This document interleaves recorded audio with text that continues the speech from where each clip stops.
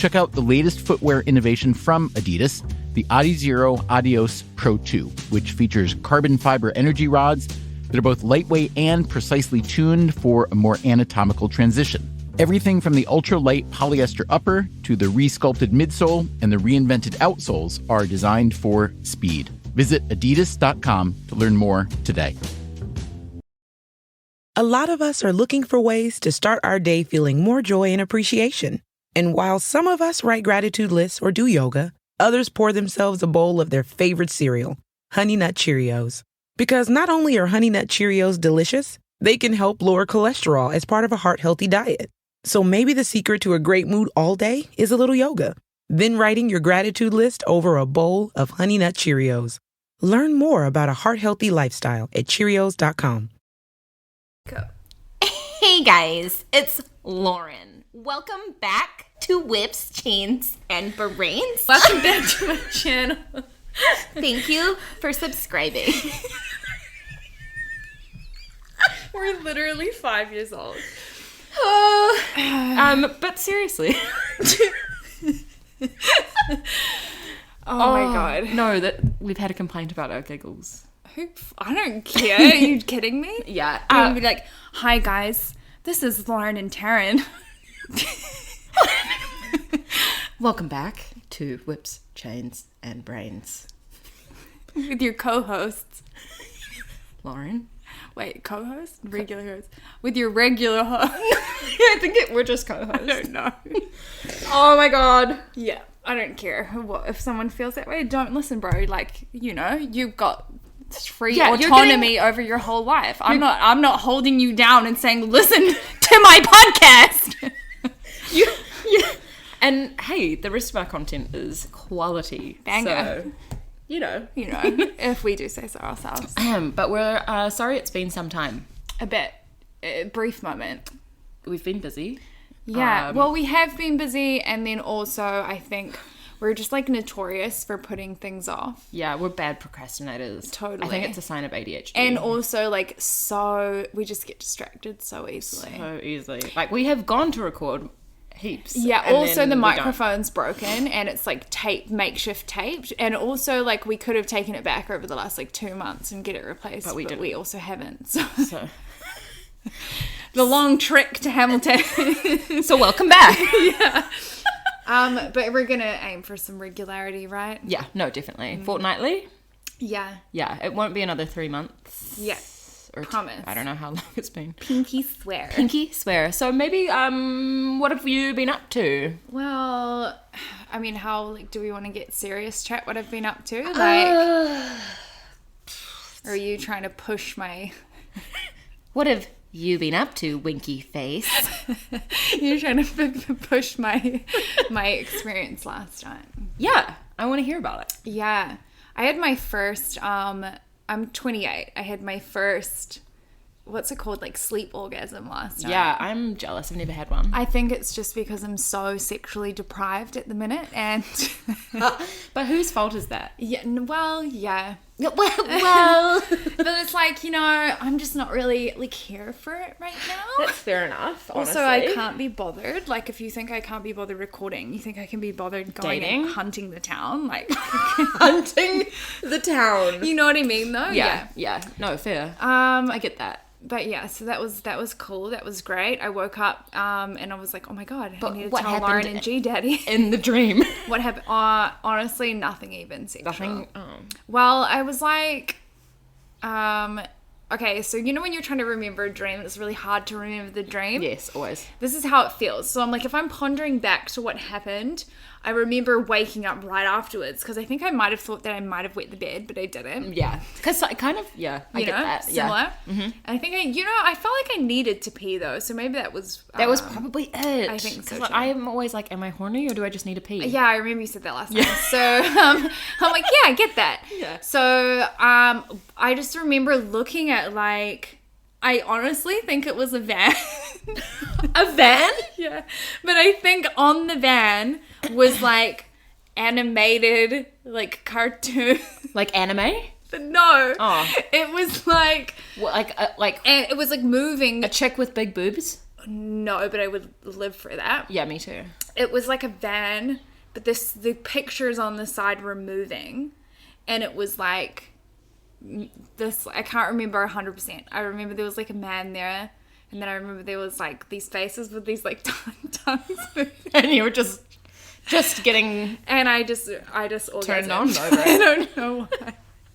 I reckon your body was just subconsciously like, she needs an orgasm. Yeah, I think so as well. And I know that when I was like briefly telling you and G Daddy this morning, you were like, oh my God, you guys have to save it for the podcast. But I'm like, I honestly, nothing happened. Yeah. Like, it just happened. And I just wanted to tell you guys because G Daddy was saying he's never had a wet dream. Yeah, and neither had I. I'd never orgasmed during a dream. I've never orgasmed during a dream. I can get close, but I don't finish. But I know a lot of people have and do. Women? Yeah. Actual? Yeah. And that's why I was like so proud that that happened to me. Maybe even though nothing happened orgasm too much when I'm awake, and then I don't need to when I'm sleeping. Yeah, I don't know what it is because that's literally never happened to me before. But I genuinely was like woke up with a full bladder. So yeah, that's probably it. Yeah, I'd say it contributed. Yeah, I mean, I'm not scientific or anything, but yeah. So that's the extent of my great chats from as of late. Okay. What's new with you, Lauren? What's new with me? I haven't had any wet dreams. Gosh, man, we've been renovating. Yeah. So our lives are really boring. Yeah. And then obviously, I've had like so much chopping and changing with work. So. Yeah. So we do apologize. We've had lots going on. But today we kind of like, we don't really have like a specific chat that we want to discuss. No. However, we did reach out on the podcast asking, and we had some really great ideas. On our Instagram? Yeah. Oh, yeah. So of like mental health and vaginas. Oh, yes. And yes, these are things that we're 100% we're going to cover. Oh, 100% vaginas. Yeah. Yeah. They all look different. Well, yeah, that's the thing. So the person that reached out was like, I think you guys should talk about how like labias are different, and there is like such a standard with porn, which we've discussed before, because it's not just vaginas, it's also penises.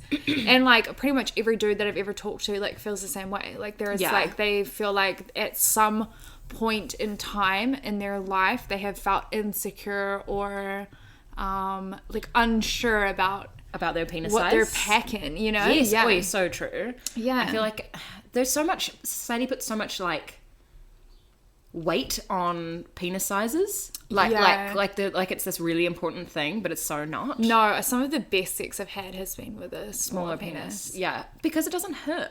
That too, but also I feel like, well, I mean, I don't want to. They have to like know what they're categorize, yeah, but I feel like maybe with that lack of, well, I don't want to say lack of ego, but maybe with that more insecurity, they made up for it in their performance. Yeah, because from my experience, the smaller has been the better in bed.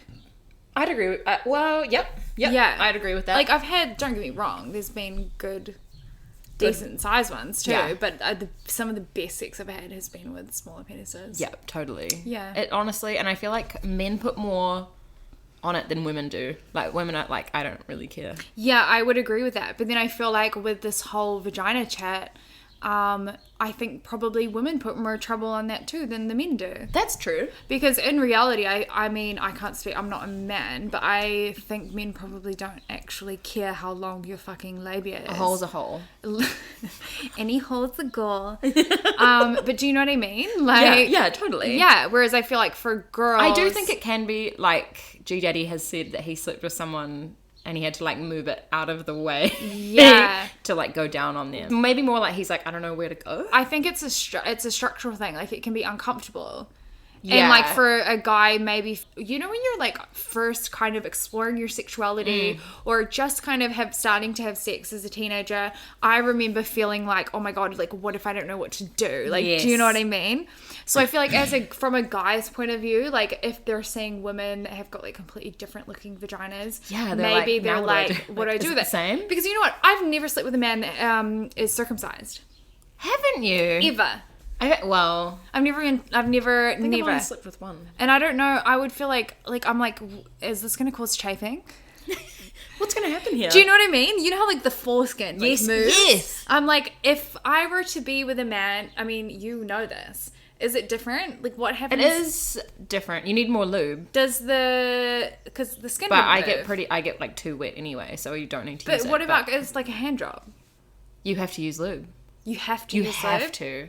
I reckon. Well, I mean, you should use lube for a hand job anyway. Let's be real. Like, spit or something. Yeah. Like, you don't want to be fucking raw dogging it. Like, dry it. It's just chafing the shit out of it.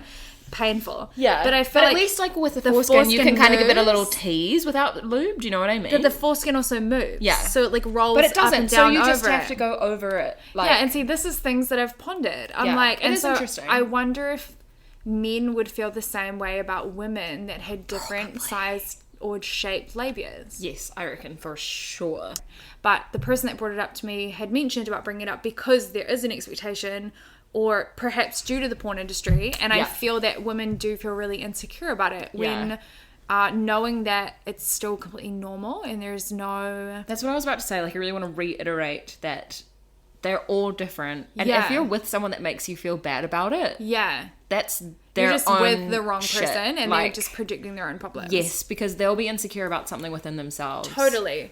Which, oh my God, so we were going to go into that as well in regard to relationships, but I wanted to quickly cover about this birth trauma thing. Oh, yeah. Because I shared a thing on the podcast, like... Instagram story? Yeah, I keep saying podcast on Instagram. Yeah. Like 2 days ago, I think it's the Green Party trying to get ACC for birth trauma. They should. Well, of course. How is it that a drunk driver is covered, but not someone who giving birth is not? So, I mean, I almost died when I gave birth. I had to have like 3 blood transfusions. I had internal bleeding and all these things. But I had, like, irrespective of this whole ACC thing. Yeah. And just on the topic of vaginas. Why not? When I gave birth to my child, afterwards I had like mass bruising like all over my stomach. Yeah, you really got fucked up though. So fucked up. Yeah. But it was like literally it was like swelled and was like pulled like into my vagina, and it was literally like purple and blue and like swollen. Oh. And I had to show my mum, and I like was like, because I was like trying to explain to her what was going on, and I was so like I wouldn't say shameful, but like insecure about how it was such an uncomfortable thing for me to talk about the fact that I had all this post-birth trauma where and like there was an issue, you know, but I hadn't shown anyone because I was embarrassed because it was in that region.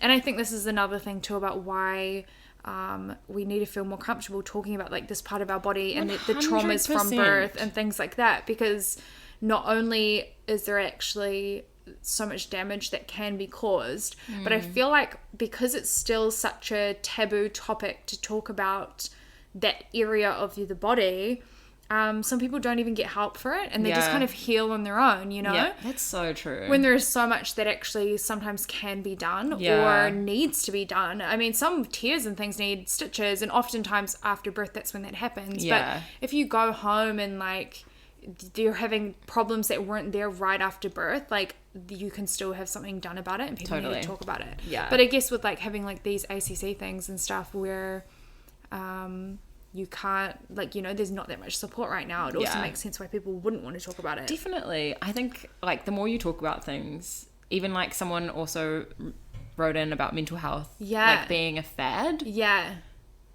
I think the more we talk about things, like even if it is a fad, it's still a good thing that we're talking about it. Totally. And I don't know, like it just like the more we can be open and honest with each other, the more like the better relationships we'll have, and I think the more supported we'll feel, I reckon. Like if you're with the right people, then you will feel more supported. I think you attract those people too.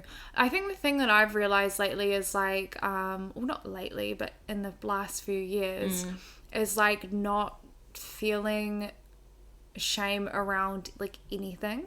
Like I think like it's all part of like the human experience, and it's I mean like I don't want to say everything's normal, because some things obviously like aren't in terms of like behavior and things like that, but in terms of just like regular human body experience, I think there's still so much that's like held back that shouldn't be, and then people feel such a discomfort around talking about it. And I think having those conversations and talking about those things is not only what makes it more normal, but I think it's things that people are thinking anyway, and they want to talk about it, or they want some clarity around it, but they feel like they can't. Well, prime example, going back to insecurities, like within a relationship. Yeah. Obviously G Daddy and I have been together for, I don't know, a while, but I didn't realize, so when we first started dating, it was casual. Mm-hmm. And he slept with someone like within that time that we were first dating. Mm-hmm. And then I only just recently found out about it. And that kind of caused me to feel, I guess, insecure, or like maybe more insecure in our relationship. Like I'd built up this like, oh, we were dating and he only really slept with me. Yeah. Like I must be special because he was sort of like a man-ho before that. Which is like a narrative. It's something that you're telling in your own head. Yes. Yeah. Like I've created this, and like it's not his fault. Like he was very honest with, like it's fine. But because I have an anxious attachment style, and my biggest thing is around abandonment because of my childhood, it was like we talked it out, and we felt good after that, and we communicated really well about like how it was making me feel, and like we got through it. But then afterwards I noticed that I didn't correlate them until the other day. Yeah. I noticed that I kept making just these little like remarks to him about like anything, like where he was going or what he was doing, when beforehand I would have never questioned it. What do you think, like so if you're like taking away the part of being self-aware and knowing where it's actually coming from in the past or before you were at that place, what do you think it was that you were trying to achieve by doing these things? Like, when like in the past, like you might say something because you want them to reassure you, rather than actually saying, hey, I'm feeling insecure and I know it's my problem, but this is what I need. What were you saying, and what were you actually trying to get out of it before you recognized what you were actually doing? So my thing is control, like especially since my assault. Even more so, I have like a heightened sense of like wanting to control everything. Of course, it's like hypervigilance. Yes, like I just don't want to get hurt. And so that's what it boiled down to for me. It was like wanting the reassurance, but also like kind of pushing him away on purpose. So that like there's this TikTok, this is so stupid, but like, and she's like my mentally ill dumbass, like pushing everyone away and forcing them to leave. And then that's like sort of reinforcing that everyone leaves you. And because that's my pattern, because that's like, what I've always done. Also, if you have this narrative that you're living by, it's not uncommon, even if it's a negative story, to make it happen, because it still reassures your narrative and your story, which is like, then it's everyone else's fault. It's not my fault. Do you know what I mean? And then they leave and I'm like, oh, there, see, everyone abandons me just like they always have. And that's the thing. But now, so before G Daddy and I got together, I had been like really trying to work on myself, and I was feeling so good about where I was like in general, and I was like, I am killing this like mental health stuff. But then you get together with someone and all this extra shit comes up. Well, because it's so vulnerable, and so you're vulnerable. Like the deeper wounds come up and surface in relationships. Much deeper wounds than I thought I had. If you're having problems outside of a relationship, they're gonna just amplify inside a relationship. Big time. It's not going to make it better. It's gonna make it worse. If you can't self-soothe and control those things when you're alone, that's a shit show. Personally, that's why I still I'm single. Like I still have so much to work on myself through what I experienced in my last relationship and everything that led up to that. Like childhood, just the patterns I learned in my childhood, the patterns I learned in my young teenage relationships, even my relationship in my early 20s. You're essentially reparenting yourself. Totally. Like teaching yourself how to self-soothe and how to deal with your big emotions and know your own triggers so that when they surface in a relationship, you're not blaming the other person. Because I think that's the first thing that so many people do, is they jump to the reason I'm unhappy is because it must be because of this person that I'm with. And then you leave that relationship, or your work, or anything. And anything external. And you leave the relationship or your job or whatever it is, the city you're living in. You move to a different one, or you get into a new relationship, or you get a new job, and then 2 months later the honeymoon phase wears off, and you find you're in the exact same position where you feel the exact same way. You're repeating the same patterns. And you're like, I eventually was like, why am I doing this? And so then that's what happened. Like I noticed within myself that I was making these remarks to G Daddy.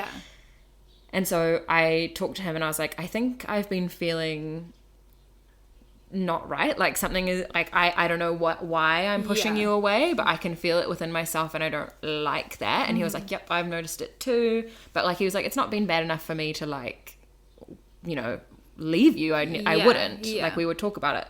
And he was like, and it hasn't even been bad enough for me to like bring up. Like he'd mentioned it, and then I like kind of started thinking about it because I had my period and I was like really fucking emotional and crazy.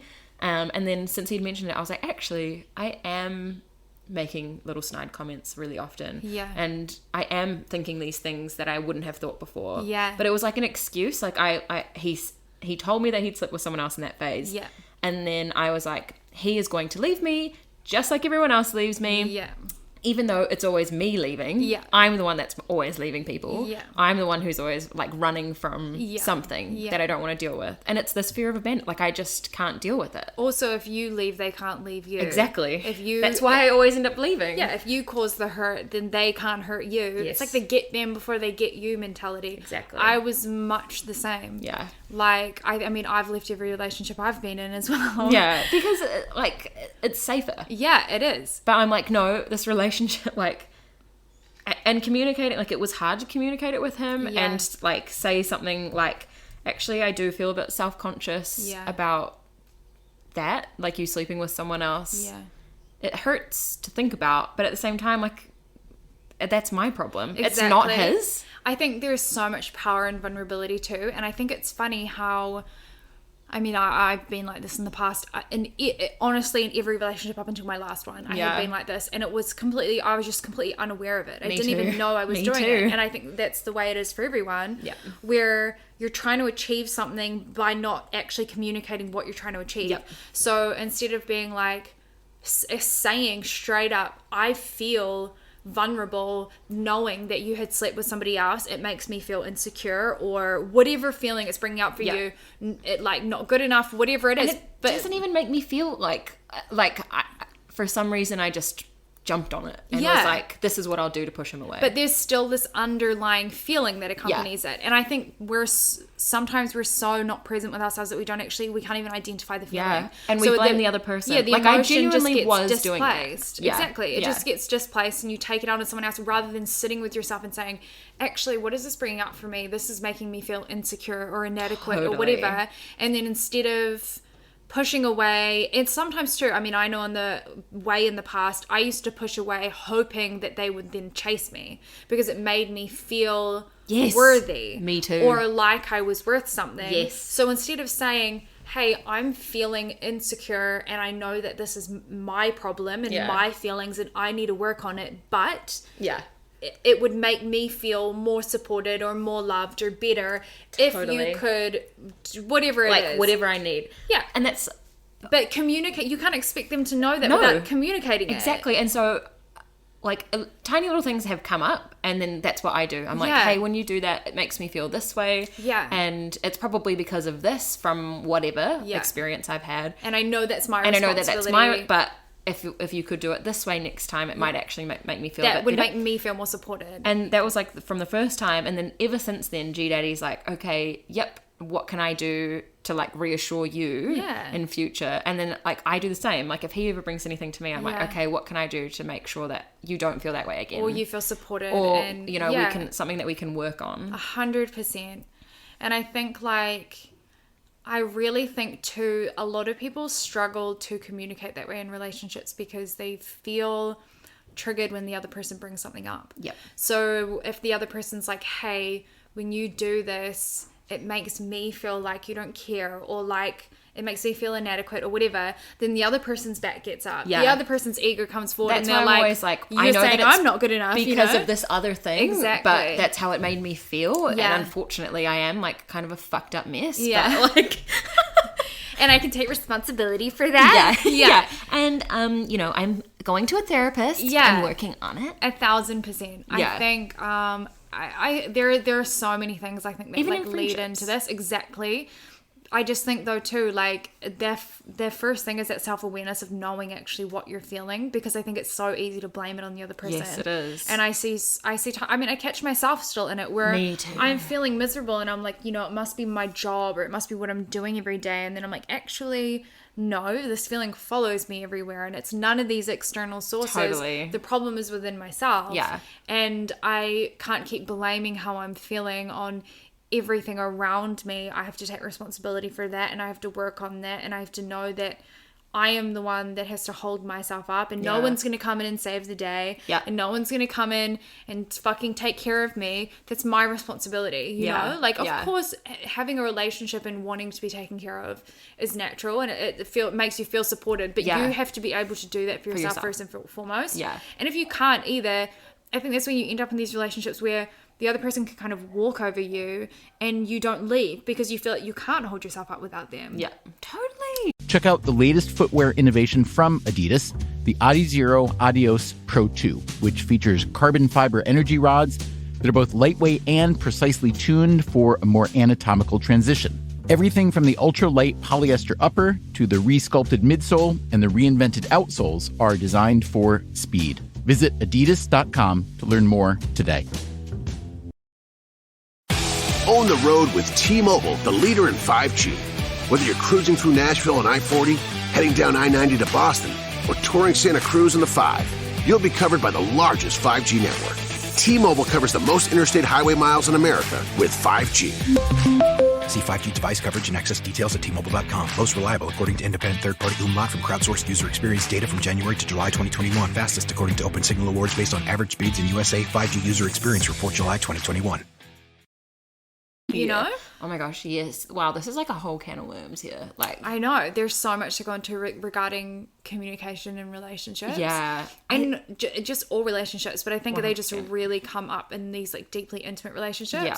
I hate to like when I see like, okay, so I can speak from firsthand, and I think you probably can too, where when you're first dating somebody and say they are sleeping with someone else or, you know, and then oftentimes instead of being like, actually, you know what? I deserve better than that. Yep. Because you're triggered and you feel this intense, like it triggers. So for me, if in the past, when I have been dating someone, if I had found out they were sleeping with someone else, it had triggered this feeling in me of inadequacy. Yeah. Like I'm not good enough. Yeah. However, I didn't perceive it as that at the time. I perceived it as really liking this person so much so that I then wanted to chase them. Yes, and then you get them, and then you drop them. And then the feeling goes away. Yeah. Exactly. And it's evoking such a way deeper, a way deeper emotional response, a way older pattern, whether it's inadequacy or fear of abandonment or whatever it is. Yeah. But people confuse this triggered feeling of, I mean, they equate it to love. Like, you know, that's how I had thought that it was in the past. Yep. And I think becoming aware of that, it doesn't make the feeling go away. No. Even in the last year, I've had instances where, you know, I was liking somebody, but I knew I wasn't in a position or in a place yet where I was ready for that because I'm still having all these feelings come up for myself, and I know they're things I need to work on. Totally. And finding out actually that they were lying to me or manipulating me or whatever with other people in the background where it had triggered feelings of me of feeling like actually I need to prove myself. But because I'm aware of it, I'm like, actually, no, I don't have nothing to prove, and I know I deserve better than that.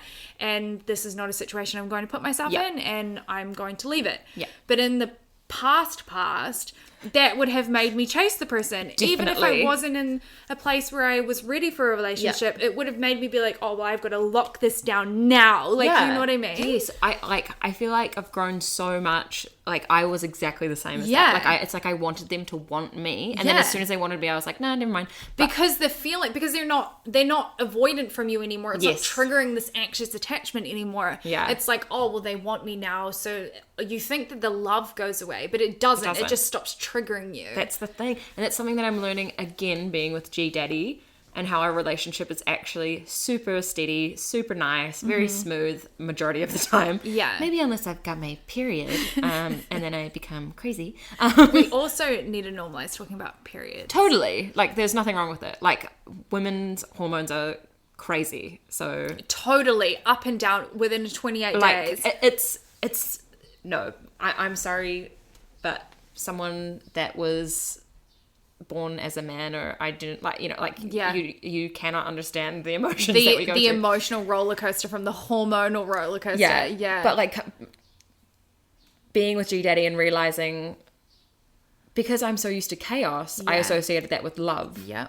And now that it's very smooth, it can almost feel not boring, but it does. Yeah. Like, and you're like, does he still love me? You know, like, and then it's like, wait, like I need to cause some sort of chaos to like bring that feeling back, but you don't. Yeah. Like it's something within yourself that you've got to work on. Totally. I think the first step is just knowing that. Yeah. Knowing now that. I can recognize it. When I'm doing it, I'm like, this doesn't feel right anymore. Yeah. Yeah. And I also can't be fucked playing games with people. Yeah. Like, if someone is making me chase them, I'm like, nah. Go away. Yeah, I can't be fucked. Exactly. Me too now. I'm like, actually, I deserve so much better than that. Like, and that's what attracted me to G Daddy in the first place, because he was so open and happy to communicate about everything. I think that's the key too, is like, you're never gonna be able to change who you're attracted to. And early situations in life, whether it's traumas or just your relationship dynamics with parents, whatever it is, where you've learned what your family dynamic feels like, and therefore your love dynamic, you know,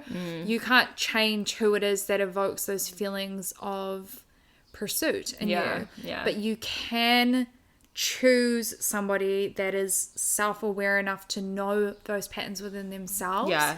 And is happy to work on them. Yeah. And you recognize and know the patterns within yourself so that you can work on them together. Yeah. And you can communicate when things come forward. Because, for example, it's pretty life-changing. With you and G Daddy being both really open to communication and both really open to discussing what's coming up for you and taking responsibility of yourselves and your own emotions, but caring about each other enough that you want to support the healing of that within each other at the same time, allows you to have such a deep and meaningful relationship. But if you were, say, really open and acknowledging your feelings and he wasn't, that's happened to me before. Yeah, you can come I mean, I think a lot of the time if you show vulnerability, you'll meet with it in return. Yeah. But if the other person, like, I mean, my last relationship is a perfect example. Yes. Where the other person is just completely unwilling to look at themselves in the mirror. Yeah, shit's black and white. Yeah, like, there's no grey. No, where you come forward and you say, hey, when this happens, it's making me feel this way, and I know that that's my wound to work through. However, it would make me feel supported if you didn't talk to me this way, or you didn't behave this way. Yeah. And then instead of caring about you enough, the ego comes up because they feel attacked. Yes. Like they're not doing a good enough job. Yes. And then that's just the gaslighting begins, and they're turning it around. That's what I was about to say. As soon as they are not willing to listen to that, they'll start gaslighting you. Exactly. And I think that's why and then you start doubting what you're feeling. Yes. And then the cycle continues. And that's when it gets messy and manipulative as well, because when you care about someone and everything feels so unclear, like for me in my last relationship, I cared about his feelings. Yeah. So when I would come forward with my feelings and then he would turn around and say, you know, that I was attacking him or whatever, and making him feel inadequate, then I would try to reassure him, completely self-abandoning what I had come with in the first place and how I was feeling. Exactly. And it got me so confused and so, like, my reality just became so twisted. Yeah. And I think that's why it's so important that you have the choice to have a partnership with somebody that is willing to look in the mirror. And if they're not, just don't even go down that road. Yeah. Like, if you know what I mean? And I think, like, if you're in a long-term relationship and you're feeling these things and you bring it up to them in the way that we, like, you know, like, you're making me feel like this, but I know that it's because of this scenario. Yeah. And they're not meeting you, it can be really hard to, like, because you've been with them for such a long time. Yeah. It's almost like you don't want to believe that they won't listen to that. Yeah. But a lot of the time that's the case, and that's why you're feeling so unhappy in that relationship. Like that's what happened because to me. Because you don't feel seen. Yeah. That's all it is.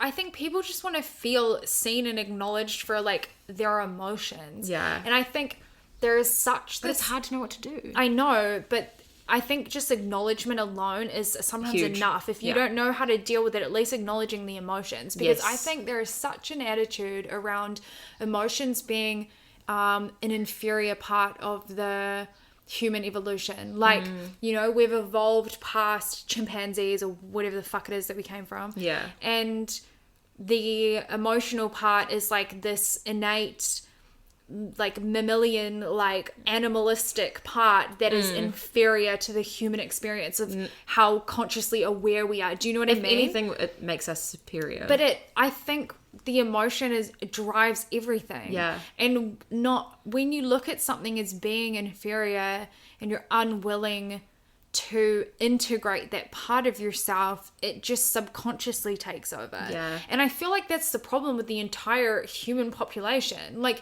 everyone is acting out of these like displaced, angry emotions. I mean, it's the same. It goes back to how we were talking about, someone shared about, you know, it is mental illness becoming a fad. I think we live in a hugely mentally ill population. Definitely. Like, not only do we have these past generations of suppressed emotions and people where men owned women, and even the men that lived in the countries were still owned by the government, you know, like if you were called to go to war and give your life, you had to. Like, no one had autonomy over themselves. And people that did come back from war and had these massive traumas and were experiencing PTSD, but then emotions were still looked as inferior, and especially in men, and still to this day. Yeah. And so then there was a lack of supporting that, or even understanding how to support that. Yeah. And then these people parented children. Do you think if they don't know how to take care and self-soothe these awful experiences and these massive emotions that they're experiencing, how can you teach your offspring to do that? There's no way. And then the offspring grows up just feeling not unseen for the emotions that they are feeling. I also feel like people get so, like, the only way to grow is to be, like, uncomfortable. Totally. The only thing that is constant is change, and if you're not changing, you're not growing. And I think too, if you're not like, for me, and having huge experiences with anxiety, I constantly do, and used to in particular, try to control every single thing in my external environment, because it makes me feel safe, and therefore my physiological stress response calms down. So I would constantly control everything. I mean, when you lived with me, I didn't even like the way you loaded the dishwasher. Like, it would cause me stress. Or how I put the fruit in the fridge or basket. But it would literally cause me stress response, you know? I 100%. But whose fault is that? Whose responsibility is that? Is it your responsibility to load the dishwasher differently or stack the fruit? No, that is my responsibility to self-soothe my emotions. Yes. But if I don't know, if I never learned how to do that, then what's the only way I know how to do is to control everything in my external environment so that it doesn't evoke those emotions in me. Definitely. And I think... I can't even remember how we just got onto the sentence right now, but like, neither. I think like that is for a start, the fact of needing to take responsibility for like your own feelings and like all that thing. But how do you learn that too? If you've had these like passed down generations of people not knowing how to cope with their feelings, not knowing how to self-soothe, and government-wide, worldwide, emotions are viewed as an inferior part of like the humanity, and we should mentally be able to overcome that. And then we have it passing down through generations, and everyone now, there is a bit more comfort in expressing and talking about these things, that everyone is feeling that they can come forward and talk about mental illness. So I can see how it might be coming forward as being like a bit of a fad. And I think to some extent there is some truth in that. But at the same with everything though. But at the same time, I still believe that we live in like a mentally sick population. So do I. And definitely. Like, how could we not? Like, we're just not far enough. We have not progressed enough as a society to... I think putting value on the emotions is where that progression will come. I mean, you remember me talking to you the other day about my son having these big feelings, and I think I remember being a child, and like I think the biggest part is feeling acknowledged. And I was having the conversation about, you know, regarding parenting him, and like, you know, teaching him how to deal with those feelings and validating his feelings, whether we agree with them or not. Validating the emotions first, then dealing with structuring or redirecting the behavior, or the way that they're coming out. The feelings have to be acknowledged first. You've got to. If you don't feel acknowledged, I think that's where that craving to feel seen comes from. Yes. And I think too, like remembering how big the feelings feel when you're a child. Oh my God. And how everything is so intense. Yeah, and then if you're living in an environment that is a traumatic environment or whatever as well, that just amplifies it, where not only are your That's where I learned to disassociate. Not only are your needs not being met, but you're also living in an overwhelming, scary, unsafe environment. Yeah. But then also when you grow up, it's understandable too, like how you're saying about trying to cause trouble because it feels like love, and feeling bored when everything feels safe and secure because there is nothing like triggering you. It just like loops around. Because I was just so like, you know, when you grow up, I had a really like not normal household. So like, have we talked about that on here? I don't know, I don't think so. You should talk about that more. Yeah, I probably should. People are probably like, oh wow. Yeah, because I grew up in a very not normal household, and feeling like the only time my mother would ever show me love was, or I mean, she always showed me some sort of love. Like it's not that bad, but mainly when I'd get the most attention would be when either at like Christmas or my birthday, or maybe before she would go and spend time with whoever she was dating, like that person, or so it just made me always feel like whenever someone shows me affection and lots of love, that they're going to leave me. And that's why I now have these issues that I do. Like, I think too, like straight away you just invalidate your own feelings. You're like, oh, it's not that bad. Exactly. I did the same thing. I'm always like, oh, you know, my childhood was great. We had lots of money and we had a big house and a nice big garden and lots of place to play outside and all the rest of it. But that doesn't change how emotionally I felt growing up. And I think acknowledging that and validating that is hard. It's the same with your assault. What happened to me, my assault, whatever you want to call it. You always try to explain it away. Try to explain it or invalidate your own feelings. And I think too, I mean, you grew up not knowing your dad. You hadn't met him. He was in jail. Like, that's exactly. not normal. That's not, you know, I didn't even know he existed. Exactly. I don't know why I never questioned that. I did eventually, but like it just, that the environment you grow up in definitely creates. It literally shapes you. It is how you react. It is everything. Like that is where it's coming from. It's what you've learned. It's learned behavior. And intimate relationships. So that's where the main like point. You're so vulnerable, and all of those deep wounds and feelings of inadequacy or that's fear, where it came from, fear of abandonment and feeling inadequate. Like why is a man more important than me? I think too, when you're a child, I know when you're a child you're completely dependent on your parents or your caregivers, so there is a way more intense emotion when you're growing up because you are dependent on them. Children will mold and change their emotions to fit their environment to keep safe, like a psychological survival response. If you are threatened by, if you show anger and you are like met with resistance in return of, like, if you show anger, you know, you get ignored or put in your room or yelled at or beaten up or, you know, lashed at back, kids will either displace that emotion elsewhere if they're not shown a healthy way of how to express it, or they completely internalize it and deny that part of themselves, because it then becomes threatening to express how they're feeling when they feel angry, because they're dependent on those parents. And if you don't get fed, or you're not clothed, or you're not given a roof over your head, or you're not given affection or whatever it is, they learn a different way of coping with that feeling. And I think so many times in parenting, and it's not even blaming parents or blaming past generations, because they only are parenting or behaving from what they know as well, so it's no one's fault. It's just that's why but it's like, if you can't, so many people, if a child plays up like puts them in their room, and that just pushes that attachment away again even further. Like that it creates then the fear of like the closeness and that separation. Yeah. There is no redirecting of actually, what are you feeling? You're feeling angry. Okay.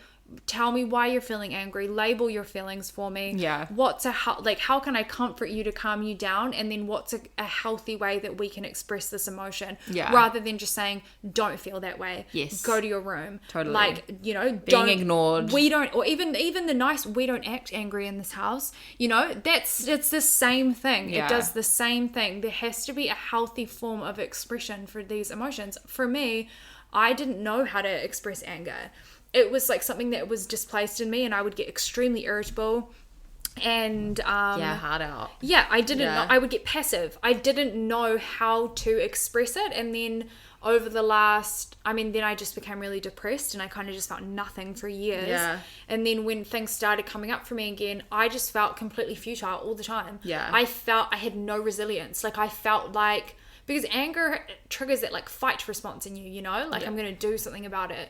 And I couldn't connect with that part of myself. So I would just immediately feel sad and futile and like there was no hope all the time. Totally. It's like a part of myself that I've had to learn to reconnect with. Yeah. And when I see it in my child, I don't want to say his name, when I see it in him, instead of being like, don't be angry or don't do that or whatever, I try to reassure his feelings and like help soothe them to calm him down and feel safe and secure. Yeah. And then be like, okay, what are you feeling and what's a healthy way to express that? Because I don't want him to grow up and not be able to talk about his feelings and get into relationships and just play out these patterns and take it out on other people.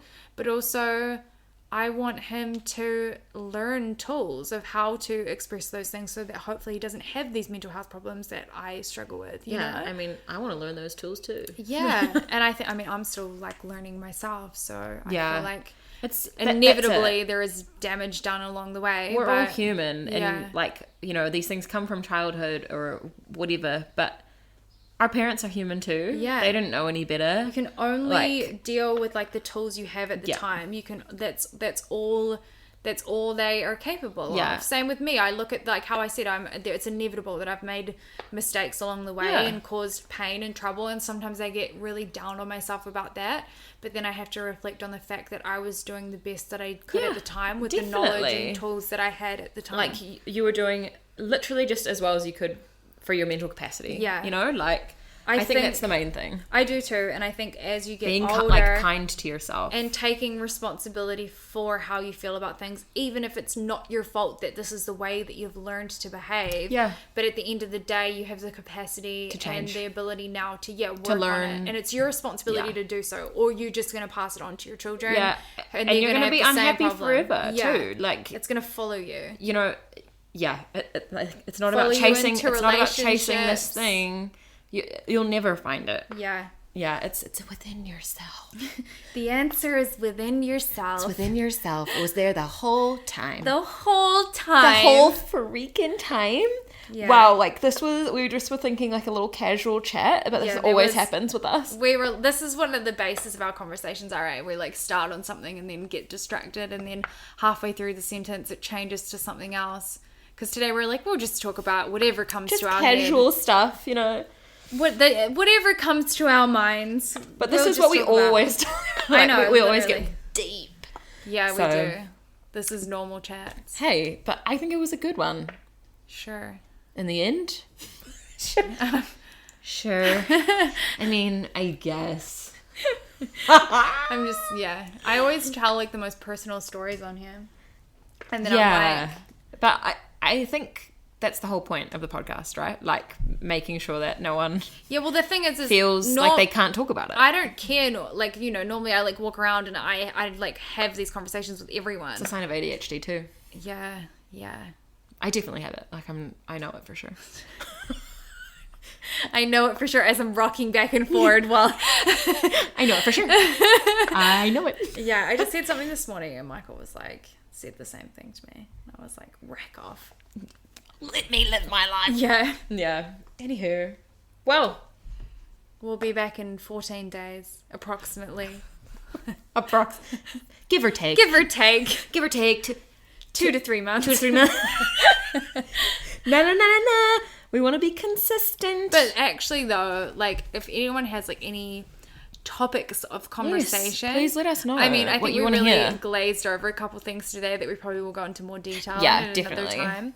But yeah, for sure, give us some ideas. Like, I think it's so hard because we literally have these conversations every day. This is us all the time. That we're like, we just think it's so normal. Yeah. And then people say things to us like, that it's not. Yeah. And I'm like, what? and that they want to hear it. And we're like, but then we're like, well, what do we talk about? Because it's just a normal conversation.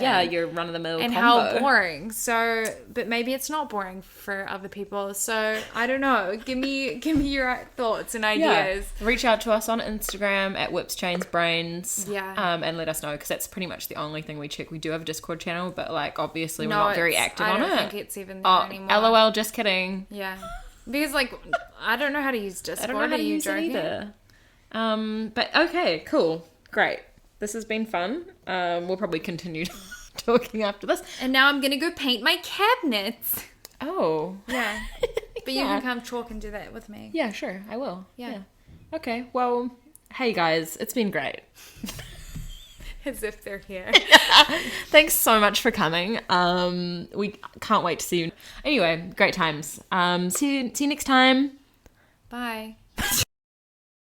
Check out the latest footwear innovation from Adidas, the Adizero Adios Pro 2, which features carbon fiber energy rods that are both lightweight and precisely tuned for a more anatomical transition.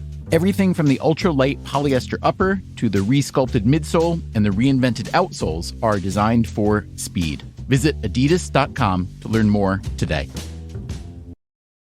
A lot of us are looking for ways to start our day feeling more joy and appreciation. And while some of us write gratitude lists or do yoga, others pour themselves a bowl of their favorite cereal, Honey Nut Cheerios. Because not only are Honey Nut Cheerios delicious, they can help lower cholesterol as part of a heart-healthy diet. So maybe the secret to a great mood all day is a little yoga, then writing your gratitude list over a bowl of Honey Nut Cheerios. Learn more about a heart-healthy lifestyle at Cheerios.com.